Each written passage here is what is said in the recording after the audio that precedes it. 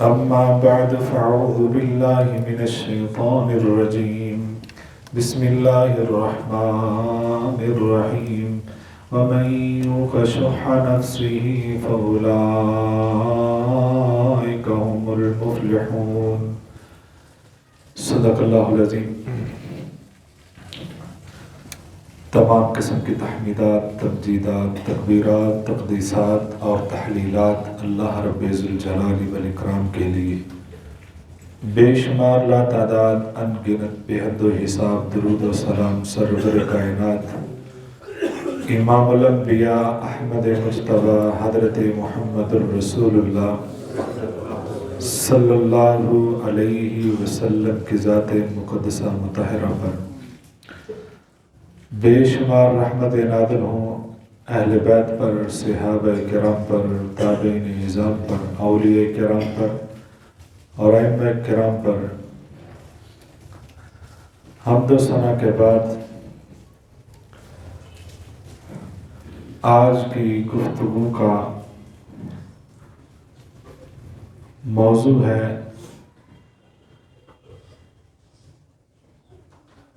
نبی صلی اللہ علیہ وسلم کے دور میں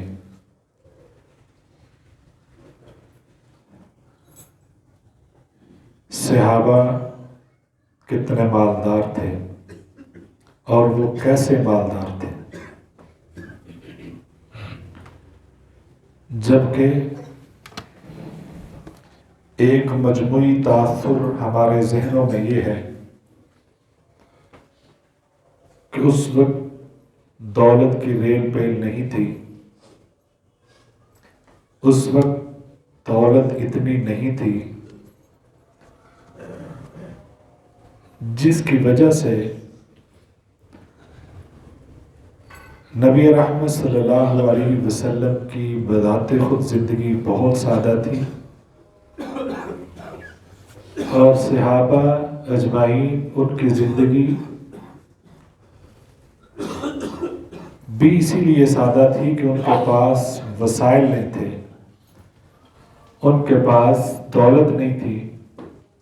یہ مجموعی طور پر ہمارے ذہنوں میں یہ بات ہے، اس وجہ سے ان کو کاروبار کی اتنی فکر نہیں تھی، ان کو جائیداد کی اتنی فکر نہیں تھی، سیکیورٹی نہیں تھی، کوئی ٹینشن نہیں تھی، اس لیے وہ سارا وقت دین کے لیے، دین سیکھنے کے لیے، دین کی اشاعت کے لیے وہ وقت دے دیا کرتے تھے۔ یعنی ہم کہتے نہیں، ہماری سوچ یہی ہے کہ وہ ویلے تھے اور یہ دین کا کام صرف ویلے لوگ کر سکتے ہیں۔ مصروف لوگ کاروبار، بزنس میں، ڈیوٹی اور ملازمت میں اپنی ان مجبوریوں کی بنا پر وہ دین کے لیے ٹائم نہیں نکال سکتے، تو یہی بہانہ ہمارے آڑے آتا ہے۔ دین تو بڑی دور کی بات ہے، دین سننے کے لیے بھی ٹائم نہیں ہے، اور دین عام سننا ایک فرض ہے، سننا جمعے والے دن، اس کے لیے بھی پورا ٹائم نہیں ہے۔ کچھ وقت ہوتا ہے وہ نفلی ہے، کچھ فرضی ہے۔ جمعے کے دن خطبہ سننا فرض ہے، اور یہ نماز فرض کی طرح فرض ہے، اس کے لیے بھی ہمارے پاس ٹائم نہیں ہے۔ تاثر یہ دیتے ہوئے میرے جیسا کوئی مطلوب بندہ نہیں ہے، میں تو جو 5 منٹ آپ کو دیتا ہوں مسجد میں آ کر، یہ غنیمت سمجھیں آپ۔ پورے نمازیوں کی طرف اس انداز میں دیکھنا اور ان کو تاثر دینا، اوئے ہوئے میرے پاس وقت نہیں تھا، میں آ گیا ہوں۔ لہذا یہ بات پہلا نقطہ یہ ہے کہ ہم نے ایک تو صحابہ کو سمجھا ہے کہ ان کے پاس وسائل کی کمی تھی اور دنیا کی طرف ان کی توجہ اس لیے کم تھی کہ ان کے پاس دولت نہیں تھی۔ آج میں یہ بھی کلیئر کرنا چاہتا ہوں کہ وہ کتنے مالدار تھے، کتنے بڑے بزنس مین تھے۔ اور دوسرا یہ کہ ہم نے جو دوسروں کے اوپر یہ ایک طرح کا روب جما رکھا ہے کہ بھئی ہم تو فلاں درس میں آ گئے ہیں، نماز کے لیے آ جاتے ہیں، 5 منٹ آپ کی بات سنتے ہیں، تو آپ کو ہمارا احسان مند رہنا چاہیے۔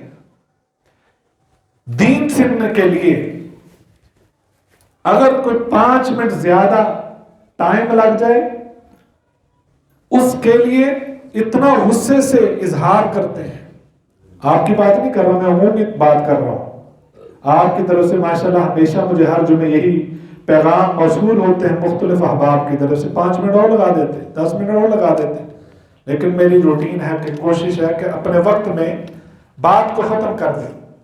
لیکن عمومی طور پر ہمارا یہ ہے کہ کہیں کوئی دین کی بات ہو رہی ہے، وقت زیادہ لگ جائے، کوئی 5-10 منٹ، تو ہمارے اندر کا جو سسٹم ہے وہ ہمیں اتنا اکتا دیتا ہے، اندر سے بیزار کر دیتا ہے کہ اتنا ٹائم لگ گیا ہے۔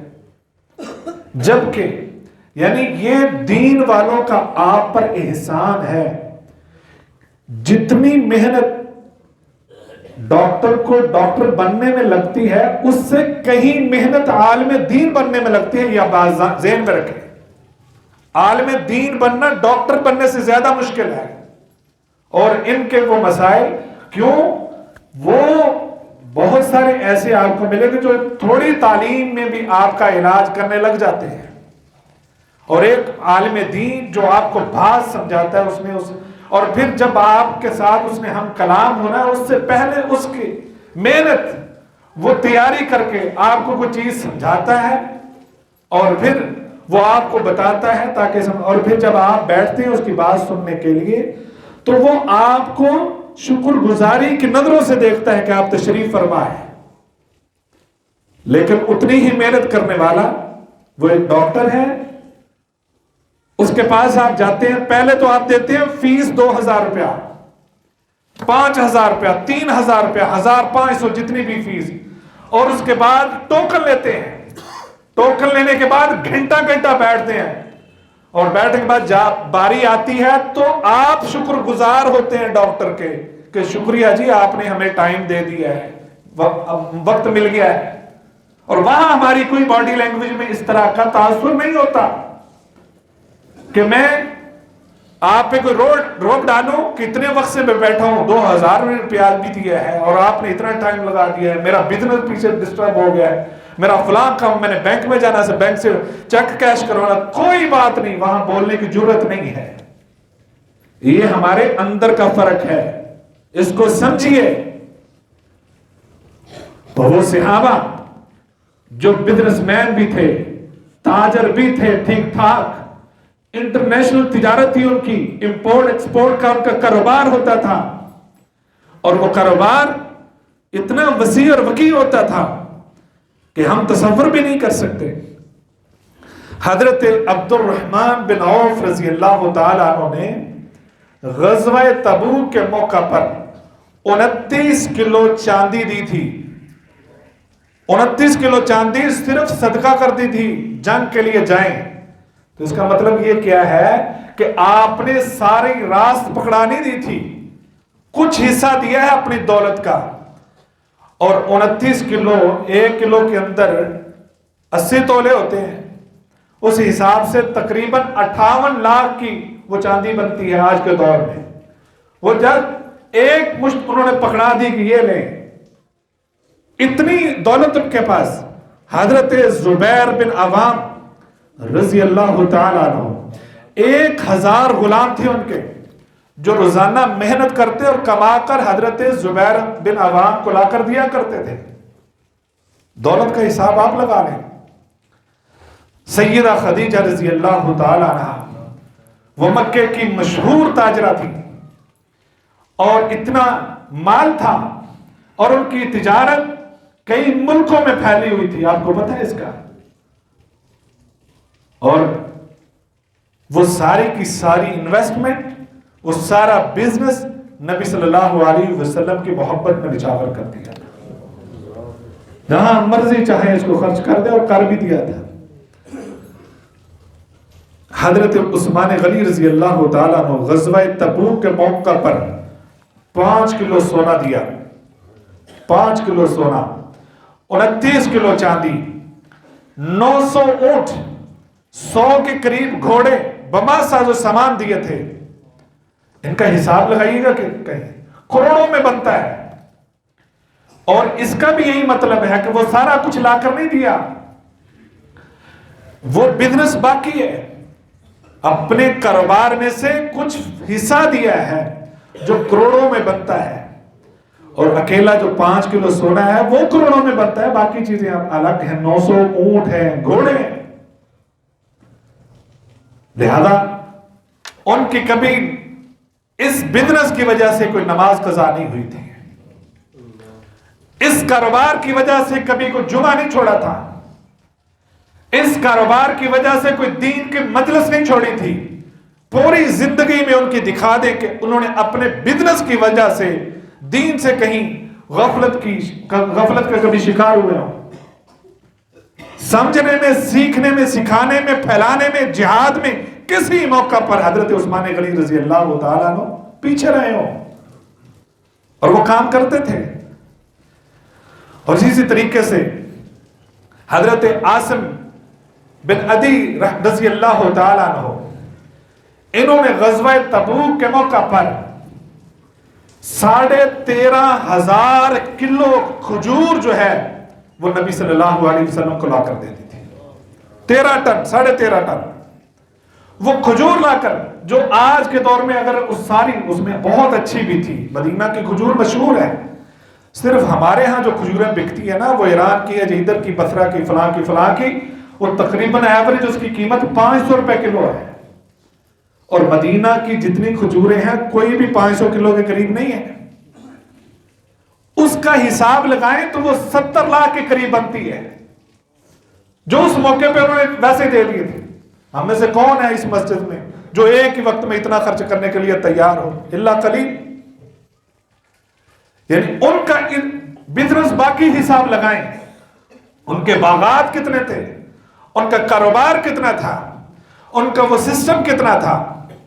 اور پھر خیبر کے موقع پر جب فتح ہو گئی, نبی صلی اللہ علیہ وسلم کو جو اس میں سے ملتا تھا, خیبر کے بعد جو حصہ ملتا تھا, حضرت عبداللہ بن عمر رضی اللہ تعالیٰ عنہ فرماتے جو سالانہ تھا وہ 240 من کھجوریں, 60 من ستو ہوتے تھے, جو ہوتے تھے 60 من جو ہوتے تھے. ان سب کی قیمت 4 کروڑ کے قریب بنتی ہے. یعنی اور بھی چیزیں ملا کر اتنی وہ بنتی تھی سالانہ جو نبی صلی اللہ علیہ وسلم کے گھر میں آتی. اور ایک حساب لگانے والے نے حساب لگایا کہ نبی صلی اللہ علیہ وسلم کی ازواج مطہرات کو, جو 9 ازواج مطہرات تھیں, ان کو جو سالانہ ملتا تھا وہ کروڑوں میں تھا. یہ نبی صلی اللہ علیہ, اور پھر ہر مال غنیمت میں سے 5واں حصہ ملتا تھا. مال فیض نبی صلی اللہ علیہ وسلم کے حصے میں آتا تھا, اتنا مال تھا. اور نبی صلی اللہ علیہ وسلم نے فرمایا اگر دوسری طرف یہ بھی ہے, احد پہاڑ مدینہ میں سب سے بڑا, بلکہ مدینہ کے نواح میں اور ارد گرد ساری وادیوں کو دیکھیں تو سب سے بڑا پہاڑ احد پہاڑ ہے. اس لیے بہت ساری مثالیں نبی صلی اللہ علیہ وسلم نے احد کی دی ہیں کہ اگر احد پہاڑ سارے کا سارا سونے کا بن جائے, میں 3 دن نہ گزرنے دوں سارا مدینہ میں تقسیم کر دوں, 3 دن نہ گزرنے دوں.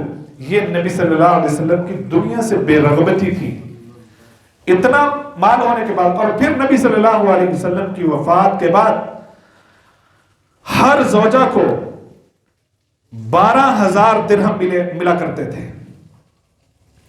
یہ ان کی کیفیت ہے. اور دوسری طرف یعنی یہ کاروبار تھا ان کا, اور یہ جنگوں کی وجہ سے جو مال غنیمت ملتا تھا وہ تھا. یہ ساری دولت کا ایک سے تھوڑا سا نقشہ آپ کے سامنے رکھا ہے. اس کے علاوہ بے شمار ایسے صحابہ تھے جن کی دولت بڑی وافر تھی, لیکن کبھی آپ نے کسی موقع پہ یہ نہیں سنا ہوگا کہ کسی صحابی نے اپنے بزنس کی وجہ سے, بزنس ٹور کی وجہ سے, بزنس وفد آنے کی وجہ سے, کسی میٹنگ کی وجہ سے دین کو پیچھے چھوڑا ہو اور مسجد نبوی میں حاضر نہ ہوا ہو. کبھی ایسا نہیں ہوا. ہم ہیں, ہم نے اپنے اوپر نافذ کر لیا جی, کاروبار الگ ہے, دین الگ ہے, ڈیوٹی الگ ہے, تعلیم الگ ہے.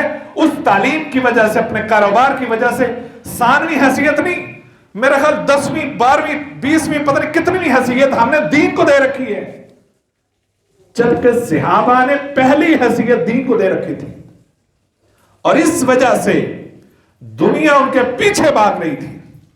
کتنا بڑا وہ سسٹم تھا مکہ اور مدینہ کا، کیا کون سی ایسا مال گاڑی چلتی تھی، کون سے جہاز چلتے تھے، وہاں سے سمندر کافی فاصلے پر ہے، بزنس کرنے کے لیے دوسروں ملکوں میں بھی یہ بڑا ایک محنت طلب کا کام تھا اس وقت، اس کے باوجود بھی وہ کام کرتے تھے اور دین کو ترجیح دیتے تھے۔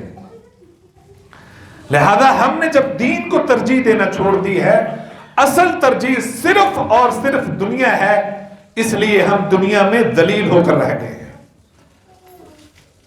ہر بندہ آپ اس کے پاس 10 منٹ بیٹھ جائیں، ایک بات آپ چھیڑ دیں، حالات کیسے ہیں، وہ ساری زندگی کے آنسو آپ کے سامنے بہا دے گا، مارے گئے لوٹے گئے۔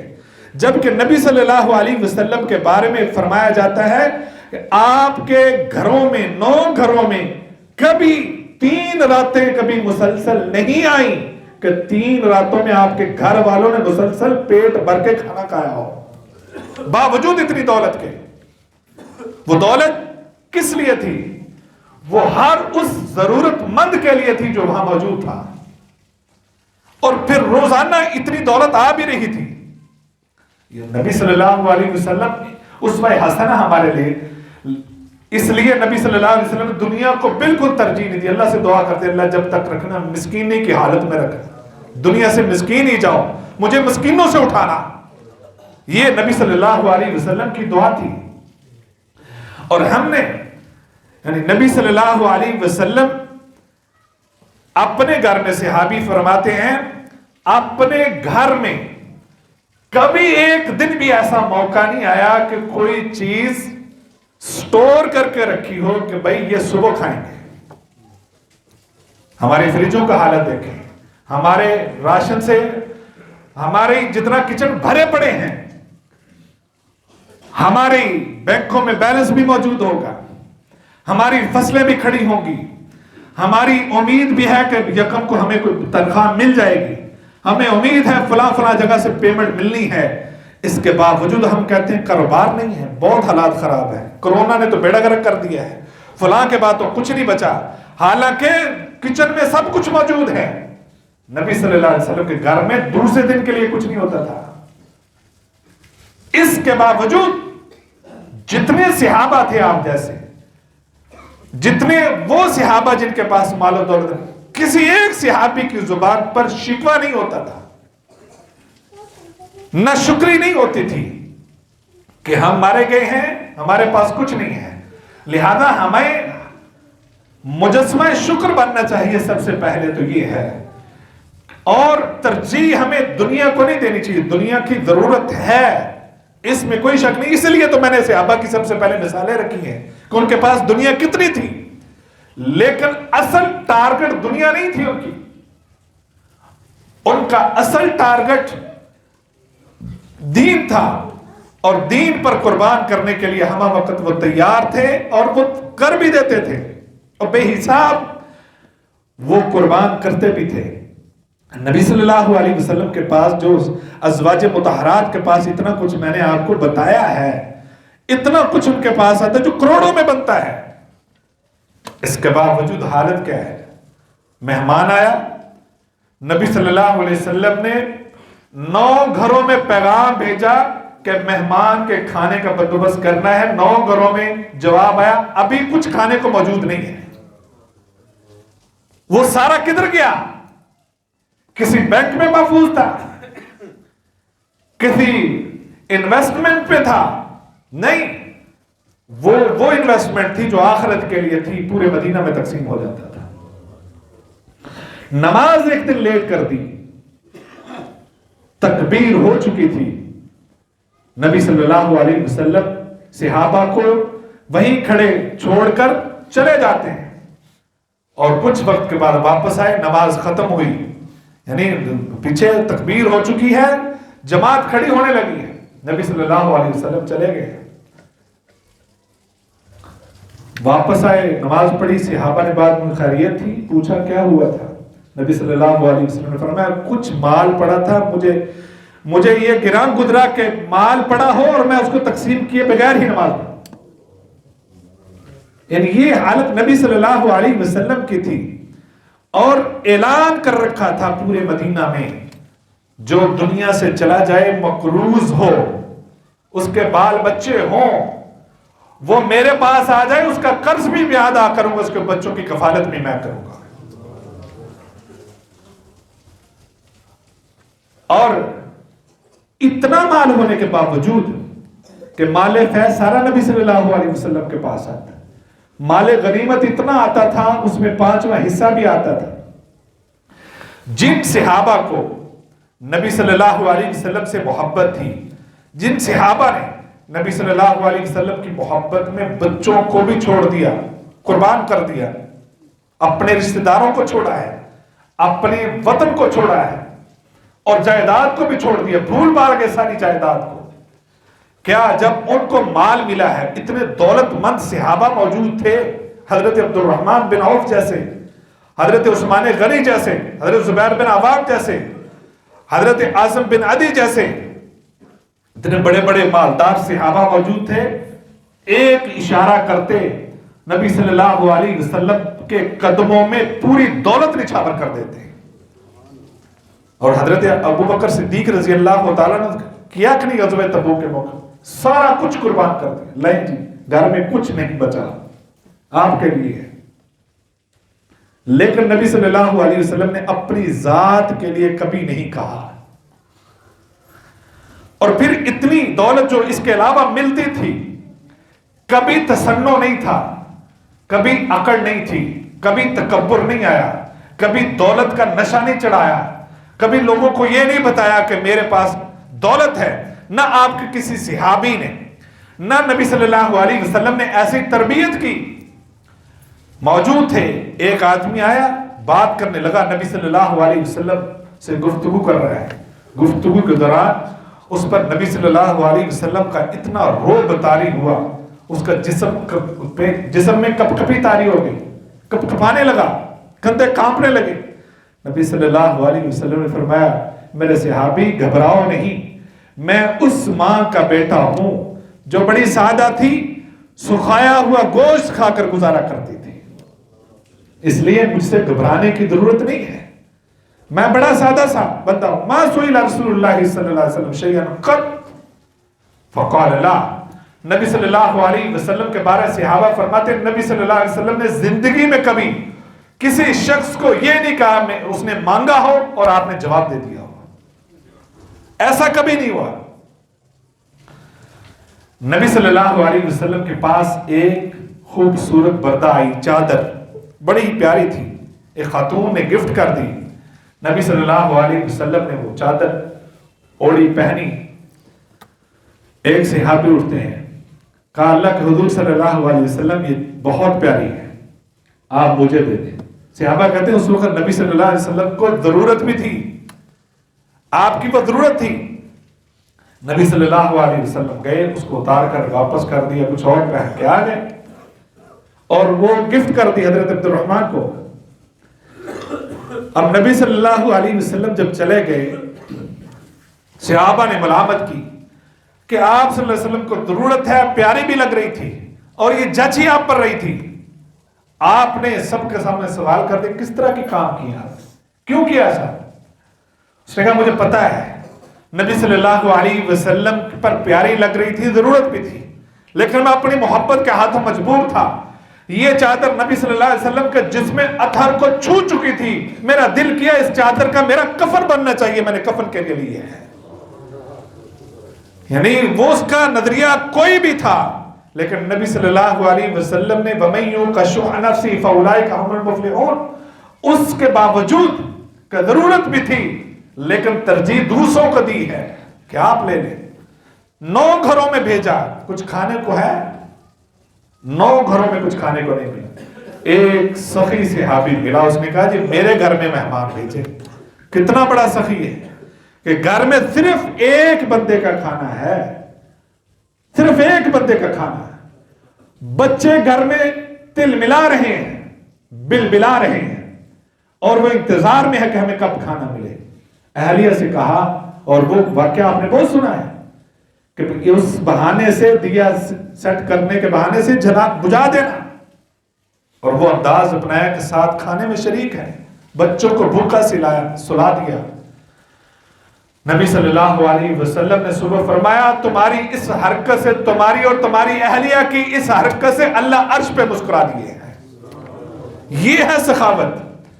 صحابہ نے اپنی زندگی اپنے لیے نہیں جی, ہم جیتے ہیں صرف اور صرف اپنے لیے. دولت صرف اپنے لیے کماتے ہیں, اور پھر اپنے لیے نہیں. اصل مسئلہ یہ ہے کہ ہم نے دولت کو حرز جان بنا لیا ہے. صرف اور صرف دولت, صرف اور صرف دنیا, دین کو ختم کر دیا ہے. دین کو پتہ نہیں کون سی حیثیت دے رکھی ہے. ہاں جتنا آ رہا ہے مجبوری ہے. ہمارے بڑے مسلمان تھے, ان گھروں میں ہم پیدا ہو چکے ہیں. ماحول ایسے, اگر جمعہ پڑھنے نہیں گئے, مسجد میں نہیں گئے, گھر والے پوچھیں گے, فلاں پوچھیں گے. یہ کئی طرح کی مجبوریاں لے آتی ہیں ہمیں. اصل شوق بہت کم رہ گیا ہے. اندر سے جو جذبہ, اللہ کا خوف, اللہ کا ڈر, تقویٰ, وہ ڈھونڈنے کی ضرورت ہے جو صحابہ کے اندر موجود تھا, جو دوسروں کے لیے جیتے تھے. اللہ نے ہمارے جسم کے اندر ہی یہ سب کچھ دے دیا ہے آپ کو. وَفِي أَنفُسِكُمْ أَفَلَا تُبْصِرُونَ. اللہ فرماتے ہیں تم اپنے جسم کو دیکھو, یہ جسم تمہیں بتائے گا. جسم کا کوئی حصہ اپنی ذات کے لیے کام نہیں کرتا. دماغ نے کبھی اپنے دماغ ہونے کے لیے کبھی نہیں سوچا. دماغ سوچتا ہے پورے جسم کے لیے. دل نے کبھی اپنے لیے خون کو پمپ نہیں کیا, وہ پورے جسم کے لیے پمپ کرتا ہے. وہ اپنا نہیں سوچتا. پاؤں صرف اپنا نہیں سوچتے, وہ پورے جسم کو لے کر چلتے ہیں. وہ جسم کو ساتھ لے کر چلتے ہیں, جسم کے لیے چلتے ہیں. ہاتھ دوسرے ہاتھ کے لیے یا اپنے لیے کچھ نہیں کرتے, پورے جسم کے لیے کام کرتے ہیں. یہ جسم فی انفسکم افلا تبصرون. آنکھیں اپنے آپ کو نہیں دیکھتی, آنکھیں اپنے آپ کو نہیں دیکھتی, پورے جسم کو دیکھتی, دوسروں کو دیکھتی ہیں. یہ جسم کا کوئی حصہ اللہ نے اسی کے لیے نہیں بنایا. یہ انسان, یہ اعضاء دوسری چیزوں کے لیے بنائے ہیں, اور بتایا ہے انسان تو بھی اپنے لیے نہیں ہے, دوسروں کے لیے ہے. اور دین کا سارا سبق ہی یہ ہے کہ دوسروں کے لیے جیو, اور دین کے لیے جیو, اللہ کے لیے جیو, اللہ کی رضا کے لیے جیو. یہ جو صرف اس دوڑ میں ہم لگ چکے ہیں, اس وجہ سے ہماری ضرورتیں پوری نہیں ہو رہی. باوجود اس کے کہ ہر چیز موجود ہے, وہ سہولیات جو پہلے ہمارے بڑوں نے کبھی دیکھی نہیں تھی, وہ ہمارے پاس موجود ہیں. اس کے باوجود کہ ہم سمجھتے ہیں کہ دنیا کا سب سے زیادہ غریب ہم ہیں, سہولتوں سے آری ہم ہیں, ہم سمجھتے ہیں ہمارے پاس ہے ہی کچھ نہیں. جب یہ اندر سے ختم ہو جائے گی چیز اور قناعت کا جذبہ بڑھ جائے گا, آپ دنیا کے امیر ترین بن جائیں گے. اس صحابی جیسے, جس صحابی کے پاس صرف ایک بندے کا کھانا ہے لیکن دوسروں کے لیے پیش کر دیا. لہذا ہم سب سے پہلے تو ترجیح دین کو دیں گے, اور جب دین کو ترجیح دینے لگیں گے, ہمارے کاروبار میں بھی برکت آئے گی, ہماری دولت میں برکت آئے گی, ہمارے تھوڑے پیسے میں زیادہ برکت آئے گی, ہمارے گھروں میں سکون آ جائے گا, ہماری زندگی میں قرار آ جائے گا. لہذا ہم مجبوراً دین کو نہ اپنائیں. کون سی مجبوری ہے آپ کو؟ نہیں دل کرتا تو آپ پیچھے ہٹ جائیں, پھر پتہ چلے گا آپ کو کہ اس دین کی حیثیت کیا ہے, اس دین نے آپ کو کیا کچھ عطا کر دیا ہے. لہذا ہم مجبور کو ہو کر اللہ کی طرف نہ آئیں, شوق سے آئیں. فرغب, اللہ کی طرف آنا ہے تو شوق اور جذبے کے ساتھ آئیں. اور یہی صحابہ اکرام رضوان اللہ علیہ مجمعین کی زندگیوں نے ہمیں بتایا ہے کہ ہم نبی صلی اللہ علیہ وسلم کے پاس حضرت صفوان بن امیہ رضی اللہ تعالیٰ عنہ آئے. 100 اونٹ حنین کے موقع پر 100 اونٹ دے دی, پھر 100 اونٹ دے دی, پھر 100 اونٹ دے دیے. اور وہ کہتے ہیں کہ سب سے زیادہ مبغوض ترین چہرہ مجھے نبی صلی اللہ علیہ وسلم کا لگتا تھا, نعوذ باللہ.